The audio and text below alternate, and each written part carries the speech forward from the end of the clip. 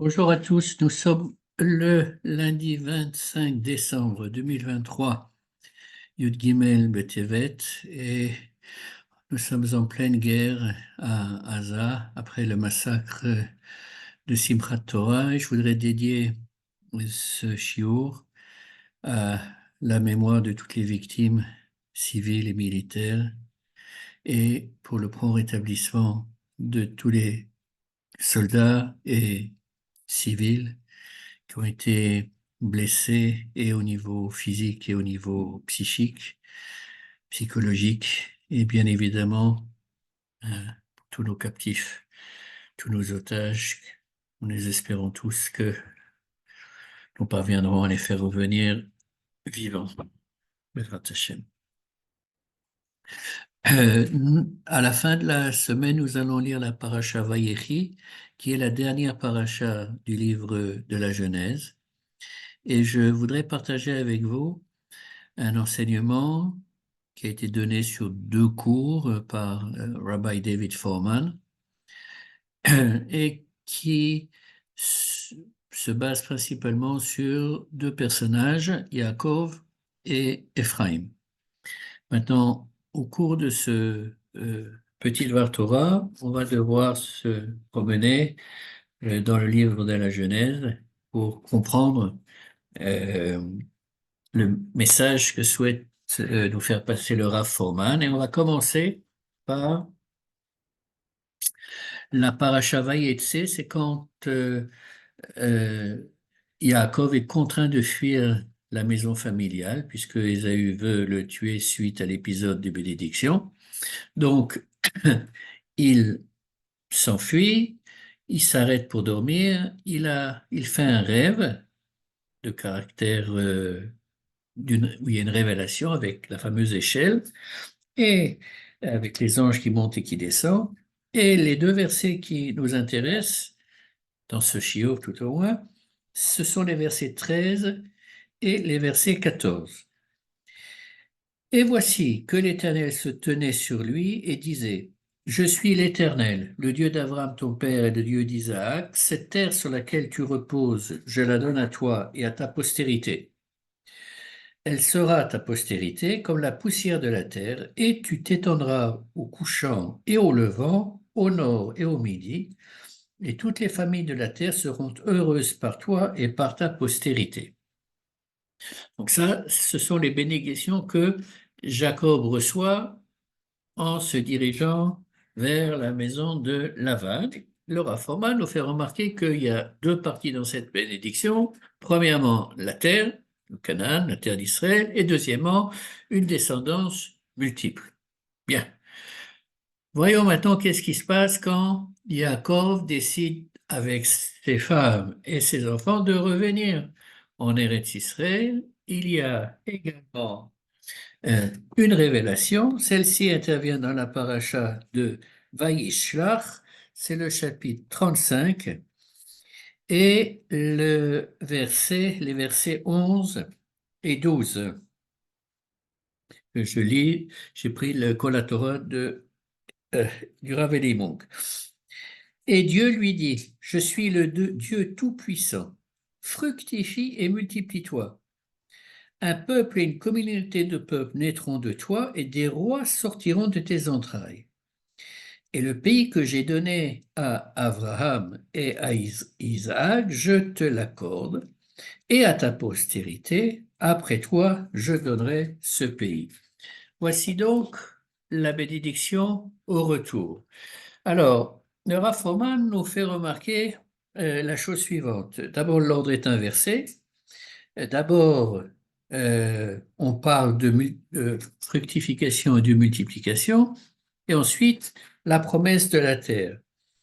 Et ensuite, il y a deux différences supplémentaires qui sont que là, dans le verset que je viens de lire, on parle de rois. Des rois sortiront de tes entrailles, c'est une nouveauté. Oui, ça évoque le principe d'une nation, n'est-ce pas? Et par ailleurs, le commandement de fructifier et de multiplier est donné au singulier.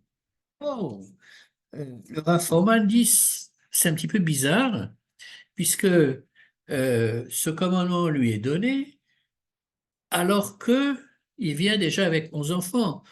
On pourrait se dire qu'avec 11 enfants, il a accompli la mitzvah de pourvou, de fructification et de multiplication.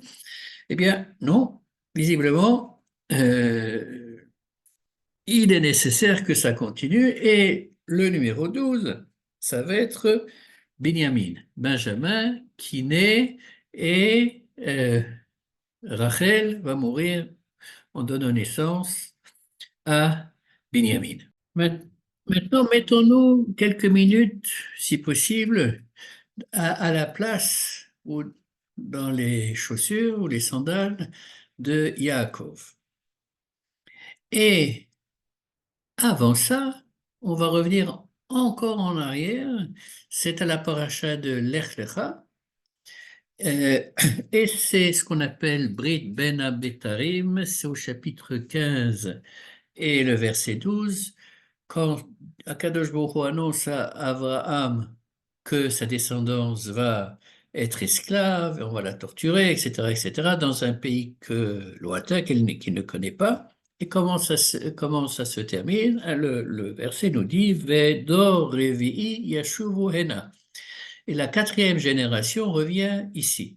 Alors Rav dit voilà, euh, faisons un calcul simple. Si nous sommes Yaakov, Abraham, première génération, Yitzhak, deuxième génération, Yaakov, troisième, et avec les enfants qui viennent de ces différentes femmes, et particulièrement Yosef, bien évidemment, quatrième génération. Donc, le Rav Foreman dit qu'il n'est pas du tout impossible d'envisager le scénario selon lequel, du point de vue de Yaakov, la promesse que Hachem avait donnée à Abraham allait s'accomplir par l'intermédiaire de ses enfants.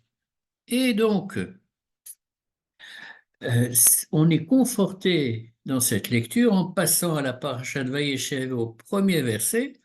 Le premier verset, donc le chapitre 37 et le verset 1. Ce verset 1 en hébreu, Vayeshev Yaakov be'eretz migure aviv be'eretz Kenaan.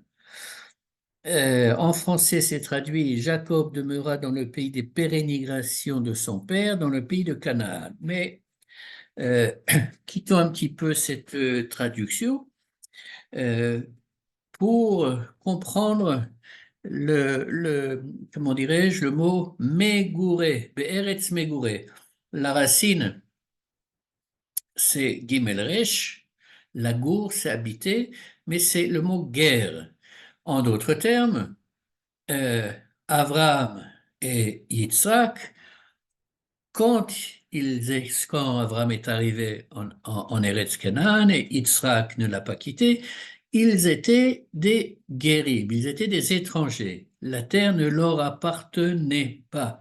Et quand le verset nous dit Vayeshev Yaakov be'eretz megure aviv, be'eretz Canaan, l'idée qu'on veut nous faire passer, dit le Rav Foreman, c'est que aux yeux de Yaakov, maintenant était le moment de lâcher et comment dirais-je, de s'installer dans le pays de Canaan et d'en prendre possession. N'est-ce pas? En hébreu moderne, on parle, tout le processus de la Aliyah avant que l'État d'Israël se soit créé, et même après, quand des nouveaux euh, villages ont été créés, ça s'appelle Itiashut, et les villages, les bourgades, etc., on les appelle des Yishuvim, donc de cette racine, la Shevet.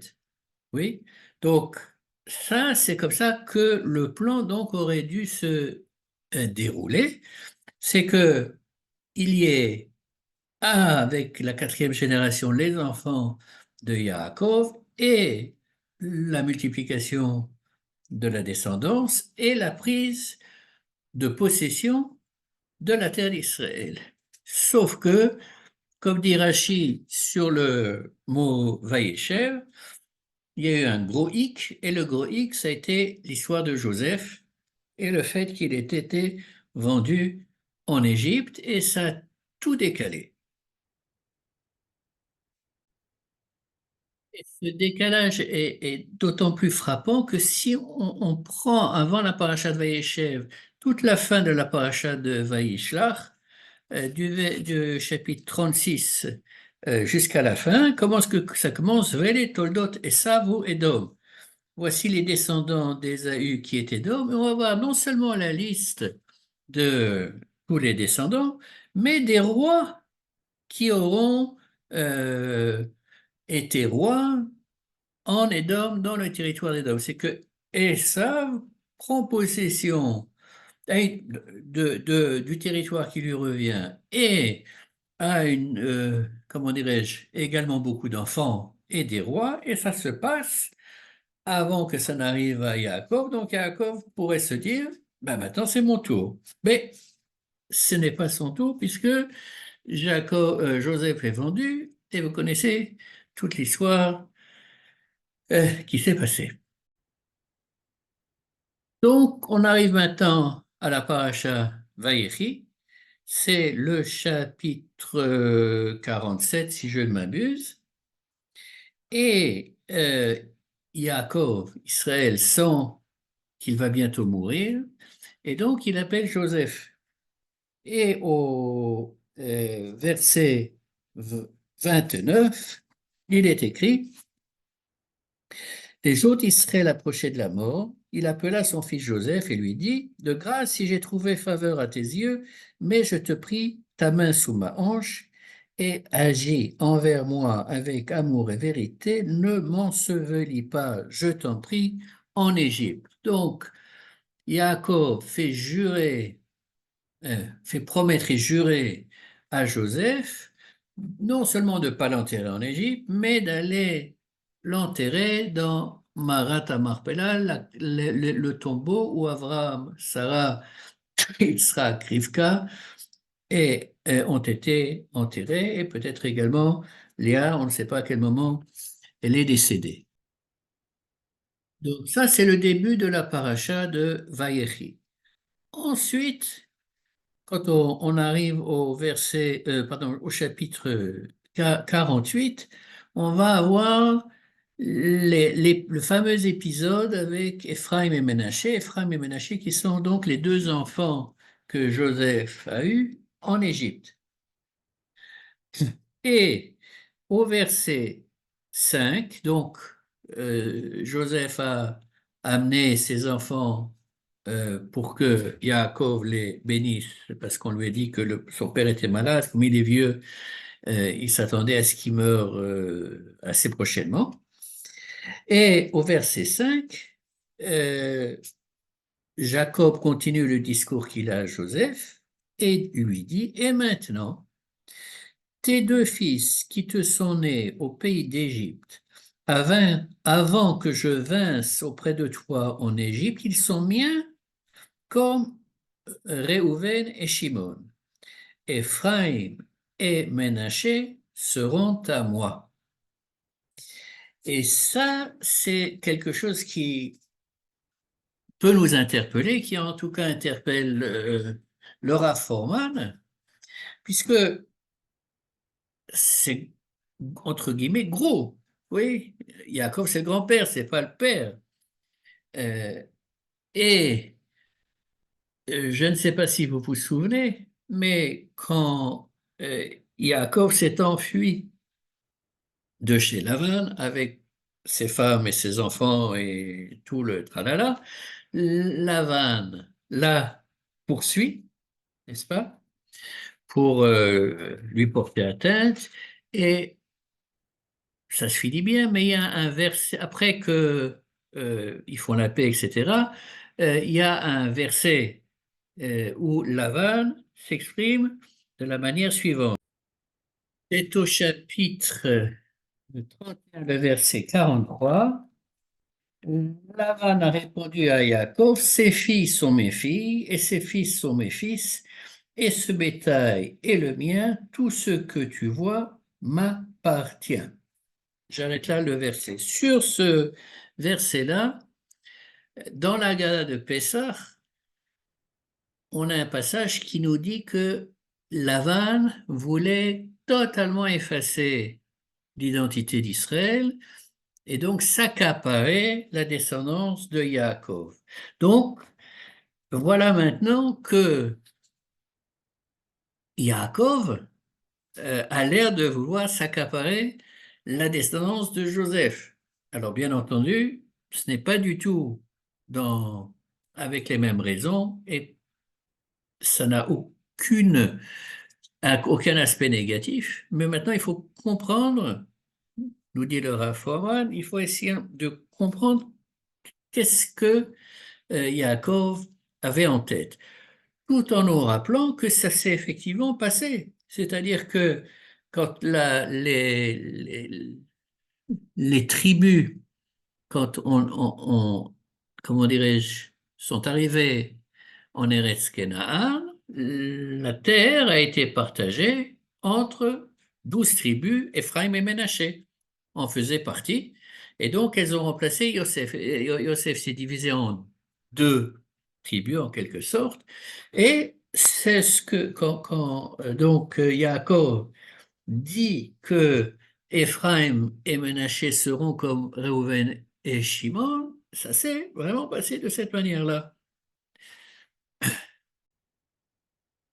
Et ce qui se passe, vous vous souvenez sûrement de l'épisode où euh, Yaakov bénit Ephraim et Ménaché en intervertissant les mains.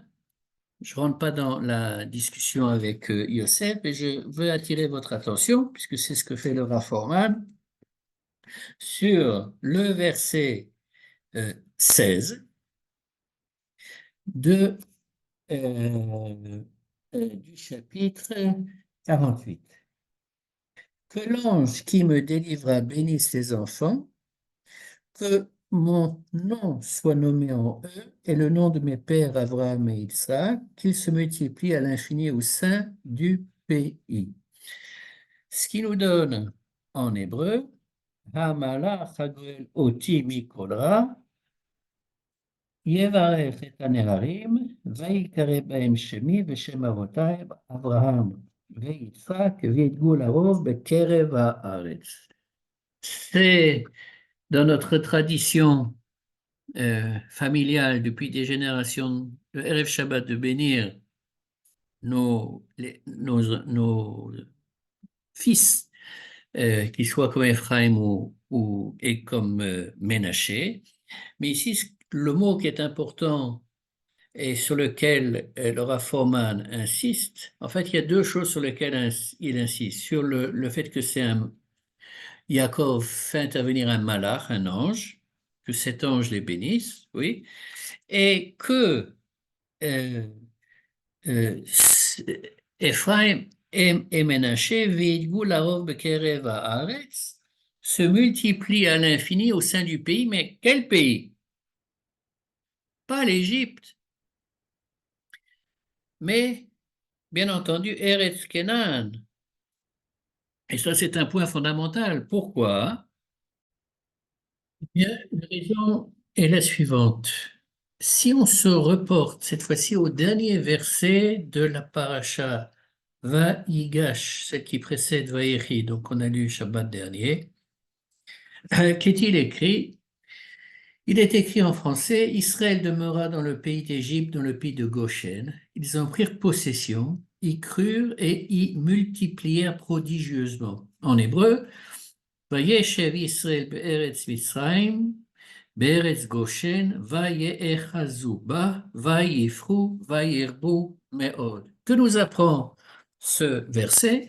Eh bien, ce verset nous apprend que la première partie, la première promesse qui a été faite à Yaakov de multiplication de sa descendance, quand se réalise-t-elle? Elle se réalise en exil, elle se réalise en Égypte, en terre de Goshen, n'est-ce pas? Euh, Maintenant, euh, Yosef a donné la terre de Goshen à Yaakov et à sa famille. Donc, on parle là-bas dans ce verset de Archisa, c'est-à-dire qu'il s'installe, il s'enracine en fait dans ce territoire. Et pour Yaakov, il est clair que ce n'est que provisoire. L'objectif, c'est de créer une nation, d'aller en Eretz Canaan, en Eretz Israël, et d'établir là-bas une nation. Oui, c'est, pour employer un terme moderne, c'est une vision sioniste, oui, euh, pure. Or, que représente Joseph? Joseph, c'est le représentant, selon nos sages, de l'universalisme juif euh, vis-à-vis du monde. Là, en l'occurrence, pour la première puissance de l'époque, c'est le vice-roi. Donc, nous avons dans l'histoire de la diaspora énormément de euh, sages juifs à différentes positions qui sont devenus ministres, docteurs, etc., des dirigeants, des rois, des sultans, peu importe de là où ils étaient. Et Joseph, donc, représente cette partie-là de l'identité juive qui a une valeur sans aucun doute, mais qui n'est pas l'aboutissement de l'identité d'Israël. L'aboutissement de l'identité d'Israël passe par la terre d'Israël.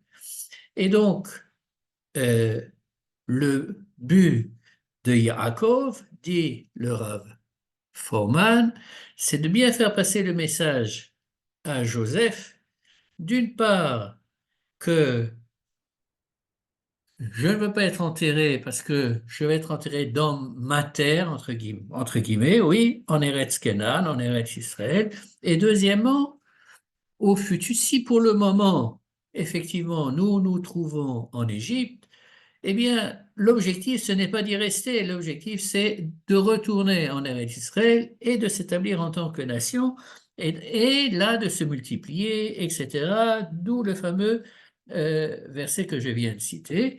Message que Joseph reçoit, parce que quand on prend maintenant vraiment un des derniers versets de la paracha et donc du livre de la Genèse, c'est le verset 24 du chapitre 50.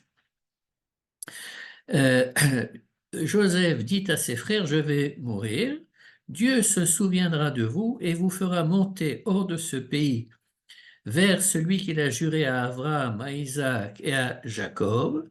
Et Joseph adjura les enfants d'Israël en disant, Dieu se souviendra de vous et vous ferez monter mes ossements hors d'ici. Donc, de la même manière qu'on enterre, on n'a pas Shalvayechi Yaakov en Eretz Israël, Joseph demande à ce que ces ossements soient transférés lors de la sortie d'Égypte en Eretz Israël.